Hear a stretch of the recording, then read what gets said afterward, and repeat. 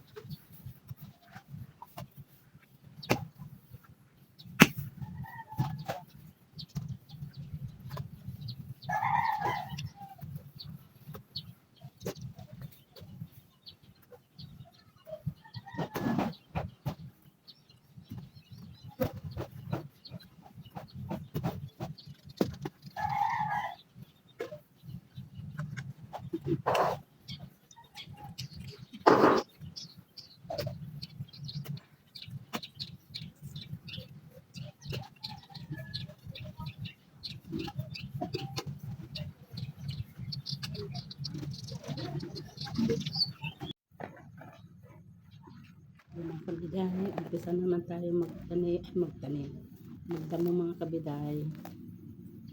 Yan.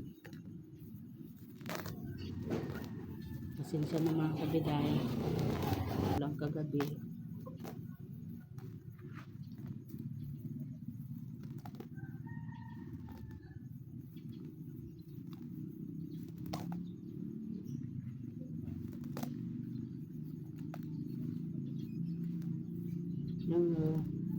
Kagabi mga kabiday, wala na akong load, kaya magpapaload tayo mamaya. Gusto kong magdamo dyan sa harapan, dyan sa kalsada.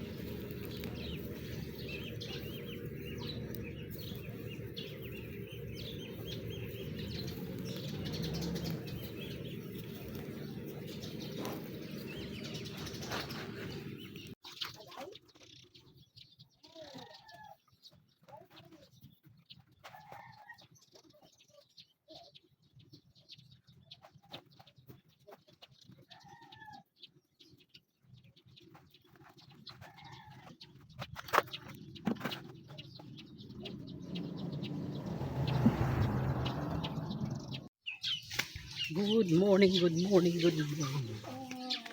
Magkape tayo.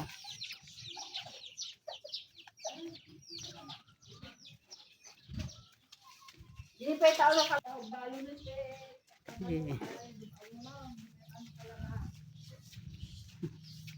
May ni sister to yan.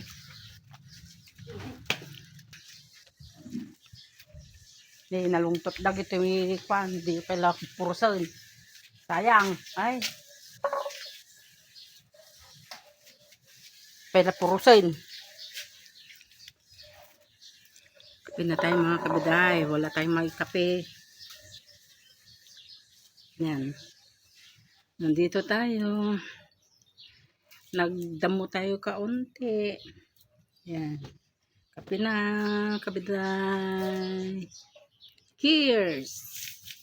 Yung mga lahat ng mga nagkakape mga kabiday. Cheers na tayo.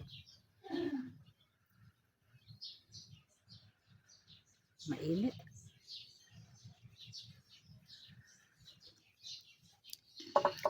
Anong oras na? Mag alas 9 na pala. Mag alas 9. Basang-basa na yung mga bunga ng mga ubas.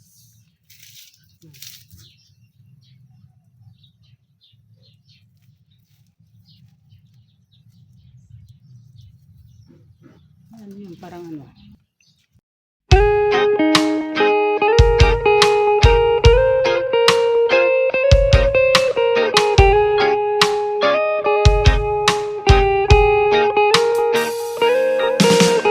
I don't wanna be too much, but I just wanna feel your love.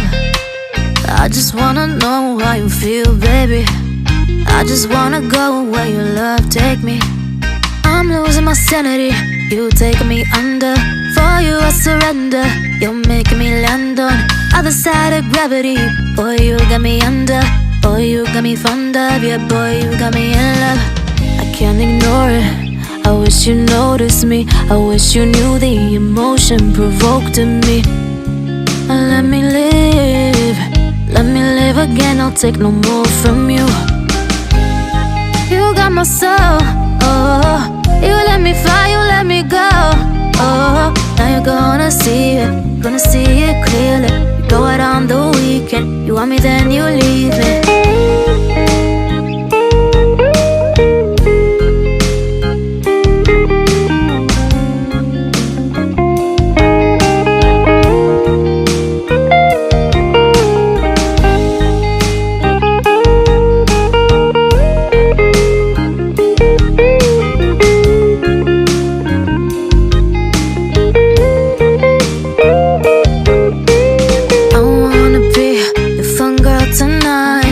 Take you on the ride of your life.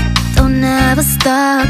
Give me your touch, give me your love, give it some more. I'm losing my sanity, you taking me under. For you I surrender, you're making me land on other side of gravity. Boy, you got me under. Boy, you got me fond of. Yeah, boy, you got me in love. I can't ignore it. I wish you noticed me. I wish you knew the emotion provoked in me. Let me live again. I'll take no more from you. You got my soul, oh. You let me fly, you let me go, oh. Now you're gonna see it clear. Biday, patay. Nanganak din sa salas. Di ko alam kasi nanganak pala, laks-laks ng ulan. Tapos may kasama niya yung aso. Hindi ko alam kung ilan ang anak. Bali, tatlo. Yung dalawa mga kabiday namatay.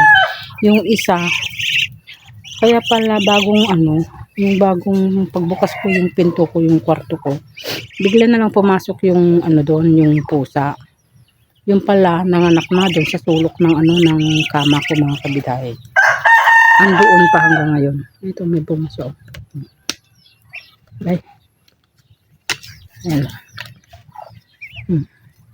Kunin natin yan pag mamaya tanghali. Kunin natin. Kaya nandun sa ilalim ng kama sa katre. Ayan. puntan natin yung ano, yung tanim ko doon. Huwag na. Hapon na lang tayo pupunta doon mga kabiday. Kaya yan. Pasok na tayo. Naglaga ako ng itlog. Yan.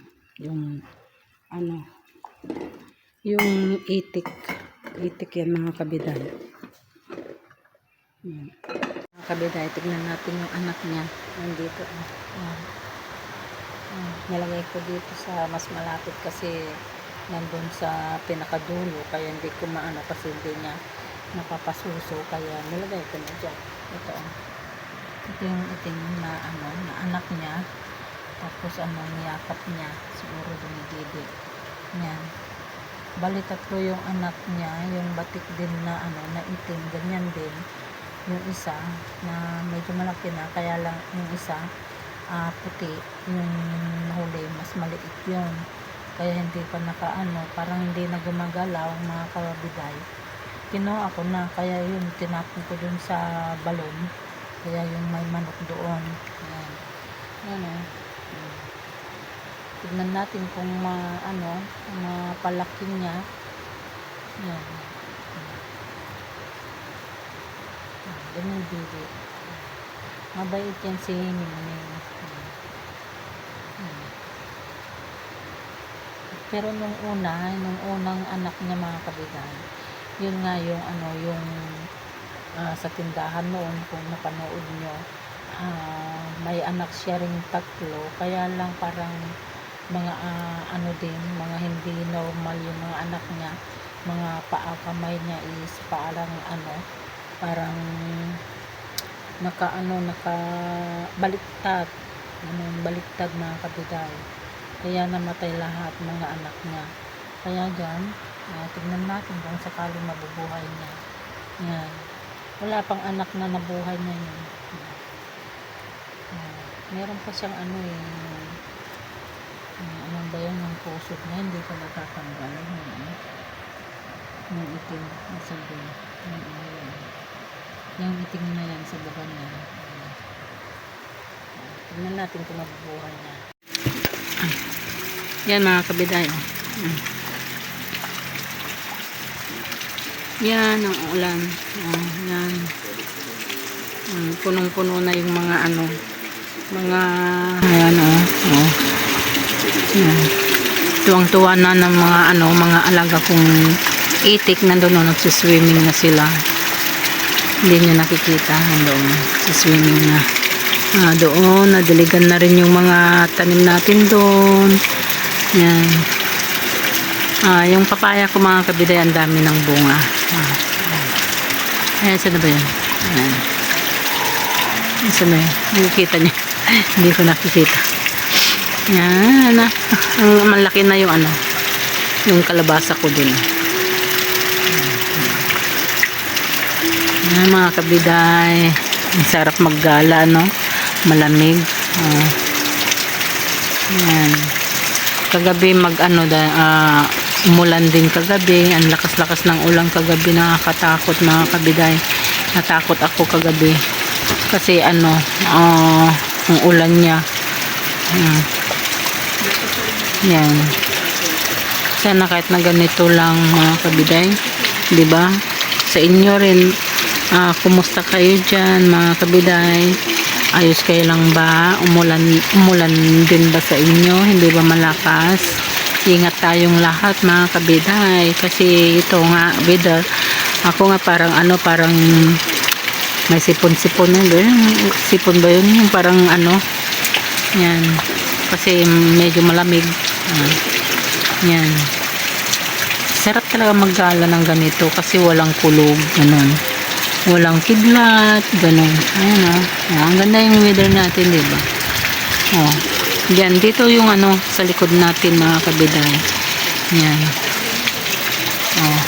yan mga kabiday yung ito yung nakatimba na yan yan nakatimba yan ubas yan mga kabiday hindi ko pa alam kung saan ko tatanim kasi pag lumaki dyan sa timba maya maya matutoy mamamatay yung pinakadulo niya Kaya kailangan siguro itanim na sa lupa. Ang naisip namin dito sa likod ng doon sa likod ng dyan, sa likod ng tanim ko na yan, doon sa papuntang alaga kong itik. Doon sa harap niya, dyan sa bakante na yan, na lote. Dyan ang ang balak kong pagtaniman kasi mas maluwag, walang gaanong kahoy. Tapos yung ano ba yun, yung malunggay, yung malunggay mga kabiday, tatanggalan ko ng mga sanga-sanga niya para hindi banda rito. Kaya mas maganda siguro dyan na mga kabiday. Medyo hindi masyadong mataas yung niya, yung pagkapangan niya sa taas para maabot natin. Parang ganito rin siguro kataas. Ganyan. Ito tong itong bakod na to. Yan. Ganyan din siguro kataas para kung sakaling may bunga siya, makutukutukan natin at matanggalan natin yung mga dahon na dapat natanggalin. Yan mga kabiday. Kagaya dun sa ni kapatid ko doon, yung may ubas na rin siya na ang daming mga ubas niya. Kaya lang yun is green mga kabiday. Ito yung yung ubas na yan is pula mga kabiday, pula. Pero yung mga kabiday, yan, hindi kahoy na naitanim yan. Yan, buto. Yan. Dami kong mga tanim ng mga buto, mga ganyan mga kabiday. Malaki na, ganon. Naitanim ko doon sa timba, tapos nilagay ko doon sa harapan ng bahay, doon sa kabila. Kasi dati doon ako nakatira noon. Na siya, namatay. Tapos yun, kinuha ko doon sa binigay ni pamangkin niyaan.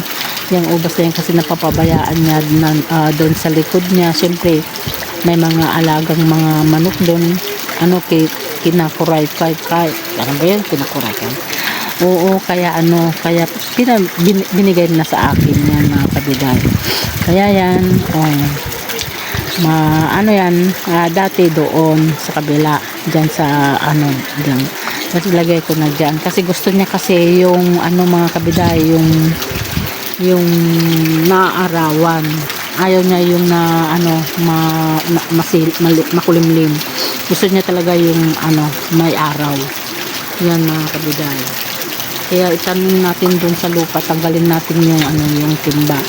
Tapos kung gusto niyo kasing magbunga, kung may ubas kayo mga kabiday, kung hindi magbunga, basta yung malaki na, yung nagagapang-gapang na sa taas, nagkagayang ganyan, yung parang malaboy na, marami na. Kung gusto nyo mamunga mga kabiday, ito bigyan ko kayo ng technique para mamunga yung yung mga ubas nyo. Yan. Kasi medyo bukas na lang tayo mag-continue na naman kasi sasabihin ko na lang bukas mga kabiday kasi siyempre yung video natin para ipaliwanag ko kung gusto nyong mamunga yung mga ubas niyo mga kabiday. Salamat sa panonood.